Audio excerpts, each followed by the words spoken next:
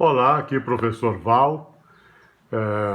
Nesse curso de Introdução à Semiótica, nós vamos começar falando sobre Saussure, de Saussure até Greimas. Então, o que acontece? Eram os tempos de guerra antigamente, né, e os navios eles precisavam se comunicar. Então, como que eles se comunicavam? Através dos sinais. Então, um escritor chamado Leo Pepe, ele vai falar o seguinte, que os sinais são marcas, né? São identificação, também conhecidos por alguns como símbolos, né? Se formos considerar aí a evolução do termo ao longo do tempo. Se nós formos considerar aí a tradição grega, vamos encontrar a palavra sintomatologia. Então, sintoma, a ciência que estuda os sintomas, os sinais. Está lá na Grécia Antiga, na verdade, e ela se ocupava da descrição dos sinais, né, de uma doença. Era um sinônimo para semiótica. O Hildo Honório do Couto, que é um pesquisador que escreve também sobre semiótica, ele diz que a semiótica era um dos 3 ramos da medicina. E por assim ser, então ela se ocupava, na verdade, da diagnose e da prognose, através dos signos, né, os sinais do paciente. Então, há uma divergência também, na atualidade, quanto à concepção ou à posição ocupada pela semiótica, que a gente pode remeter para um passado longínquo, que envolve os estoicos, né, os epicuristas e os céticos. Então, vamos ver a posição de cada um deles, né, desses grupos aí, em relação à semiótica. Os estoicos consideravam a semiótica como um ramo da filosofia, e nesse caso ela seria englobante da lógica e da teoria do conhecimento. Uma vez que os signos eles eram observados como indicadores, né, do saber sobre as coisas. Essa era a posição dos estoicos. Já os epicureus, eles acreditavam que os signos adquiriam a significação por meio da experiência observável ou não. Quer dizer, você pode observar, ou se você não pode observar, então aí você vai ter o signo como algo significante. E os céticos, finalmente, eles defendiam a ideia de que somente aquilo que pôde ou pode ser observado deve ser referenciado pelo signo.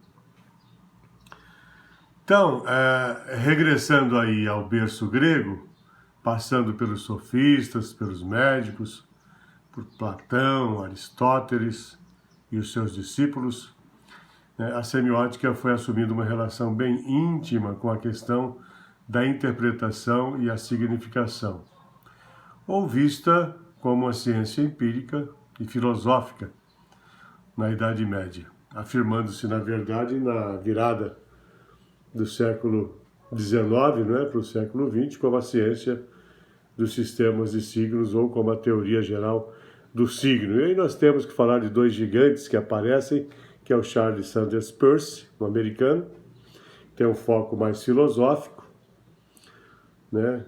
Ele é estudioso da lógica, da matemática e também da filosofia, e o Charles Sanders Peirce, da escola americana, vai chamar a semiótica da ciência geral dos signos. Então, vamos situar bem o Charles Sanders Peirce aqui nos Estados Unidos e o Ferdinand de Saussure lá em Genebra.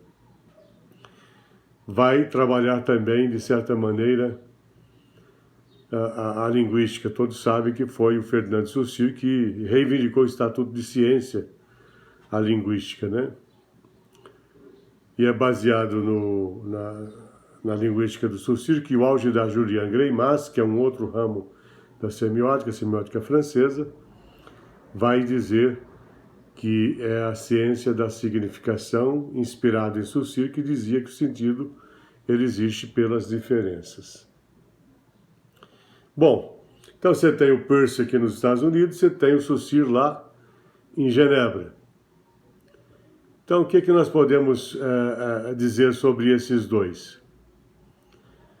Eles não se conheciam, mas já estavam estudando a mesma coisa. E foi através da paleontologia linguística que os dois acabaram se encontrando, né? Embora não fisicamente, mas através dos seus pensamentos. Porque os interesses dos dois ultrapassavam aí a gramática comparada. Então, o que nós vamos ver? A semiótica peirciana, de um lado, gera linguistas de tendência lógico-matemático-filosófica que vão pertencer à escola anglo-saxônica. E a semiologia de Saussure, centrada nos aspectos linguísticos do signo, o signo verbal, ele vai influenciar aí toda a linguística e a semiótica europeia e grande parte da semiótica norte-americana também, principalmente a canadense, para não dizer a russa, não é? E dos países socialistas de forma em geral. Então, dessas duas correntes ideológicas principais, surgiram discípulos que, às vezes de maneira diplomática, outras vezes de maneira radical mesmo, fazendo questão de ser ortodoxo, né? Ficam aí se degladiando. Eu assisti muitos congressos dos quais participei ao longo da minha história com a educação, com a semiótica, com a língua inglesa, enfim, em que se debatia aí, não é? Uns defendendo Peirce, outros defendendo Greimas, e em sala de aula ouvi muitos discursos, um contrariando o outro. Na verdade, tudo isso, no meu modo de ver, é bobagem, porque as duas teorias estão aí e elas são funcionais para aquilo que elas se propõem, então não há necessidade de se degladiar, né, de se fazer guerra. Sou da paz. Então veja, o Saussure acreditava que os fundamentos da linguística histórica estavam ruindo, né?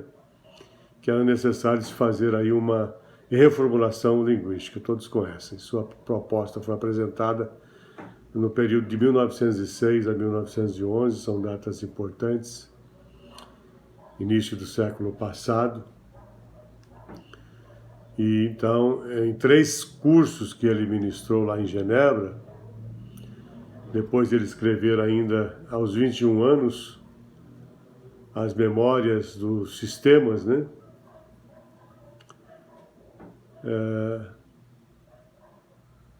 Uma obra que ele escreveu em 1878, ele dizia que para o signo existir é necessário que existam também o significante e o significado, todos conhecem a proposta saussuriana. Então, se eu penso, por exemplo, numa flor, e eu falo a palavra flor, o componente do significante é a imagem acústica, né? E do significado é a ideia. Então, quando o destinador da mensagem pensa e fala a palavra flor, então este é o seu termo que está endereçado a um destinatário que vai decodificá-lo, conceituá-lo.